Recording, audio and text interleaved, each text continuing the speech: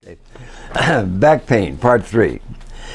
We have demonstrated the bedrock causes of back pain.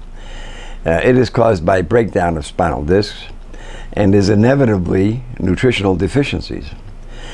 These are water, salt, amino acids or protein, mini scurvy or vitamin C, sulfur, iodine, calcium, etc., vitamins, fatty acids, down the list.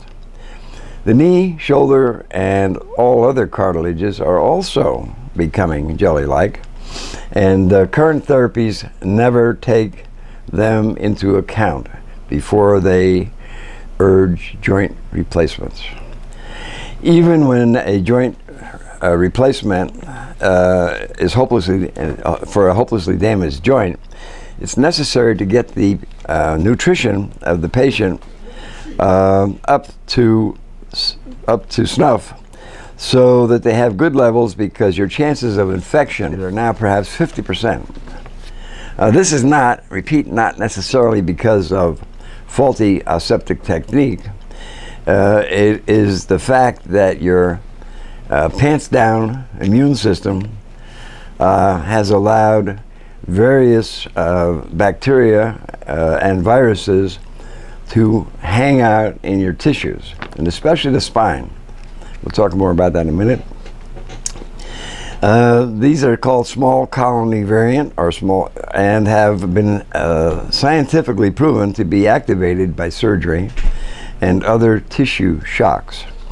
When spinal surgery is performed, the patients are never or rarely informed the scar tissue can form anywhere from 5 to 15 years after that may be inoperable because they cannot separate the nerves from the dense fibrous tissue that is choking them, and they end up in a wheelchair.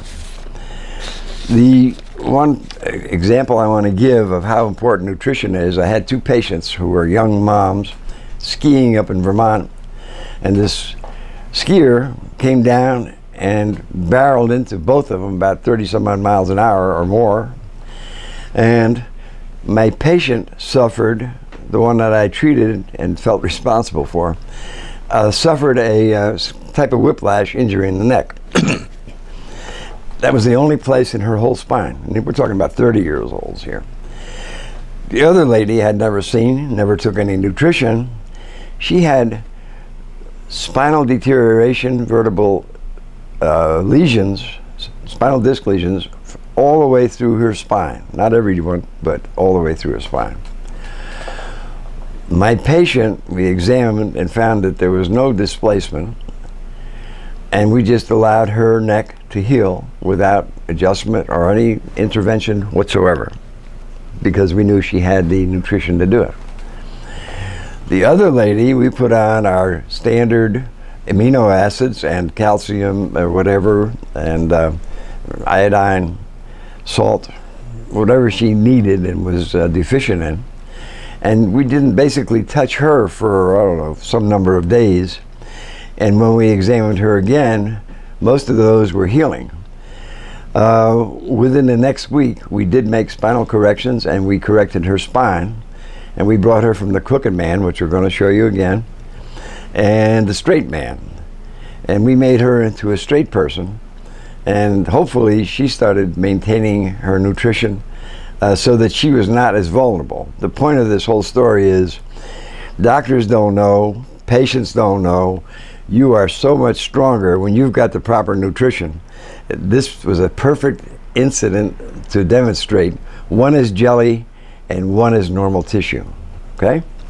Now, the microbes that we're talking about that are now becoming drug resistant, that hang out in the spine and make spinal healing more difficult, and that's why some people don't get well just with the nutrition, because they have to overcome various infections that are unknown. If they're not in the spinal fluid, they don't find them, but they're in the spine and spinal tissues. Those of you who are interested in reading more about the drug-resistant bacteria that hang out in our body, excuse me, we recommend this book, Revenge of the Microbes. That's by Abigail A. Salyers and Dixie B. Witt. And she gives chapter and verse. Probably nobody knows more in the world than she does about drug-resistant bacteria. The the bacteria that hang out in the spine that give us trouble are now drug resistant. Some of them take a lot more nutrition, hypernutrition almost, because they're eating up so much nutrition. Vitamin C goes up and down like a yo-yo in an infected person.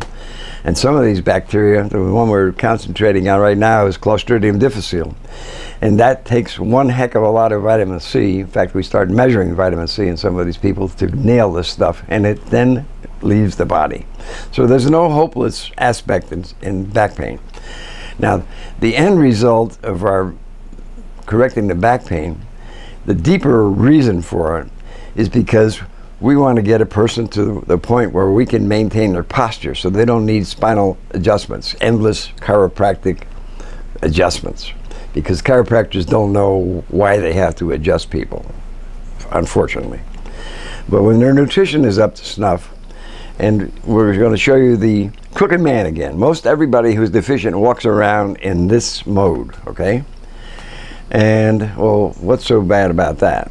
Well, first of all, your muscles are imbalanced, and you're already becoming subject to injury. I mean, how many people just bend over and they got back pain, they got a ruptured disc? The spine can take 1,000 pounds of compressive strength, and these people bend over and poof, the disc is gone. Obviously, they're set up, and they're set up by their ignorance and their doctor's ignorance of nutrition and what it really means to the body. Now, this crooked man, this is one of the reasons why we like to fix back pain, because beyond the simple back pain, which is incapacitating, annoying, and costly, is a health problem. And the health problem is solved when your doctor can make you straight. Like our straight man here, we're going to show you our straight man again, and that is a corrected Category 1. The people that know about Category 1s are applied kinesiologists and SOT practitioners, which is sacro-occipital technique therapy. Those two doctors are well acquainted with Category 1s, and anybody who gets healed of a spinal problem should go to one of these doctors and get that fixed. Because what happens when you get that fixed, and the acupuncturists don't even know this, all the acupuncture circuits in your body get balanced. And therefore, acupuncture should be sending their patients to chiropractors who know how to fix this if they can find them, because we test the meridians very simply and very quickly, and we can do pulse tests in seconds, where it takes an acupuncturist some time to get the feel of the pulse and start counting the rhythm.